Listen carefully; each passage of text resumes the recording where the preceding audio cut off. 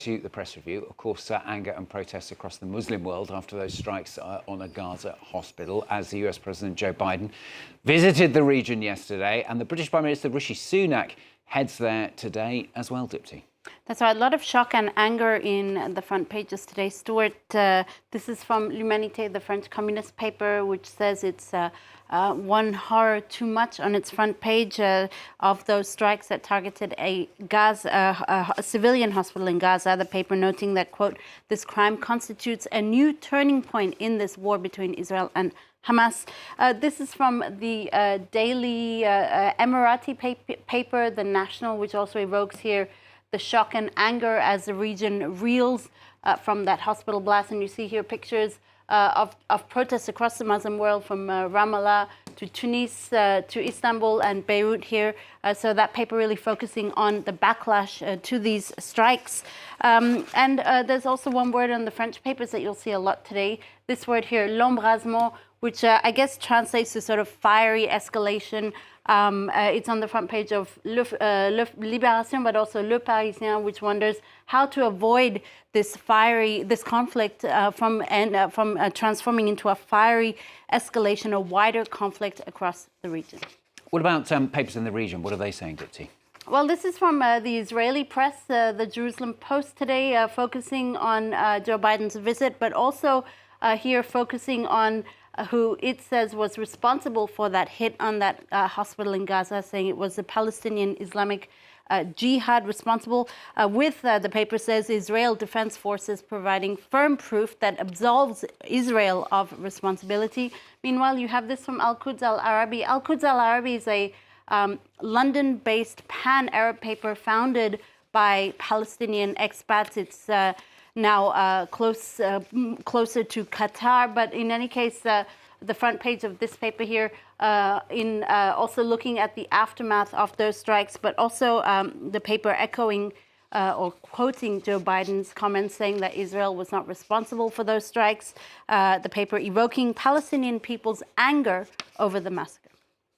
Stay in the US, the Republican search for the next House Speaker, looking once again like an impossible task. If it wasn't so important, it would be comical, wouldn't it, Dipti? That's right, and I think it is still quite comical, but tragically comical, we must say, because it is a very important role. The House Speaker, basically without a House Speaker, they're not able to move on legislation, and that is definitely something the U.S. needs to move on quite quickly.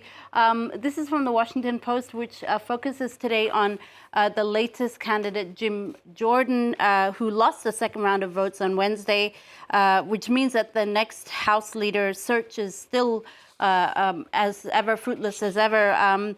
He was also forced to condemn reports that Republicans who voted against him received threatening calls and even, in some cases, credible death threats. So that definitely not a good look for the candidate, Jim Jordan. He was sort of forced to address these accusations, saying no American should accost another for their beliefs. Great.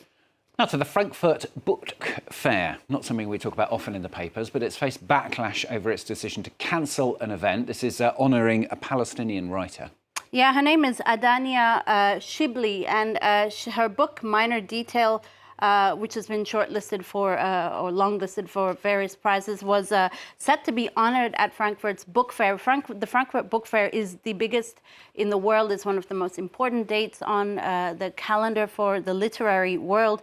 And instead of celebrating her book in the wake of the Israel-Hamas war, the celebration and panel that Shibli were part of were both cancelled. The reasons given by festival organizers are quite vague, but the festival did affirm its solidarity for Israel. For the New York Times, it sends the unfortunate message that now is not the time for Palestinian literature. I'm quoting there. The controversies you see there, casting a chill over the book world. But the book fair actually has a very interesting history, and this is something that the Conversation and academic website based in Australia looks at. The Frankfurt Book Fair has a history of, quote, political zigzagging from a decision to award a peace prize to a Senegalese leader in the 1960s who was accused of violent repressions against students, to more recently guests of honor being appointed from countries like Turkey and China with obviously oppressive autocratic political regimes.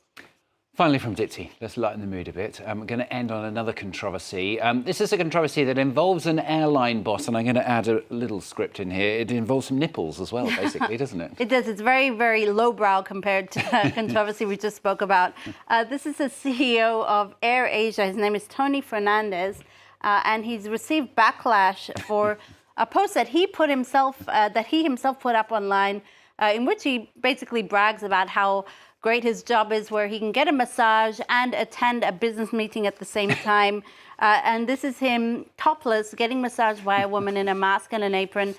Somehow he thought that this would not create any backlash or spark any controversy. Obviously, a lot of criticism leveled against him for being unprofessional and inappropriate. It is worth mentioning, though, that the Malaysian-born entrepreneur has often been compared to Richard Branson. In fact, he's quite eccentric, too. The two men once made a bet on who would win the 2010 Abu Dhabi Formula One Grand Prix. Richard Branson lost, and as a result, he was made to serve drinks to AirAsia customers dressed as a female flight attendant. Very interesting. Very I think I could read men. the news and have a massage at the same time. You could do the press review and have a massage. Yeah, let's not go there, Stuart. Make fully clothed, of course. Yeah. Fully clothed. Thanks a lot. Dipsy with the papers for you on France 24.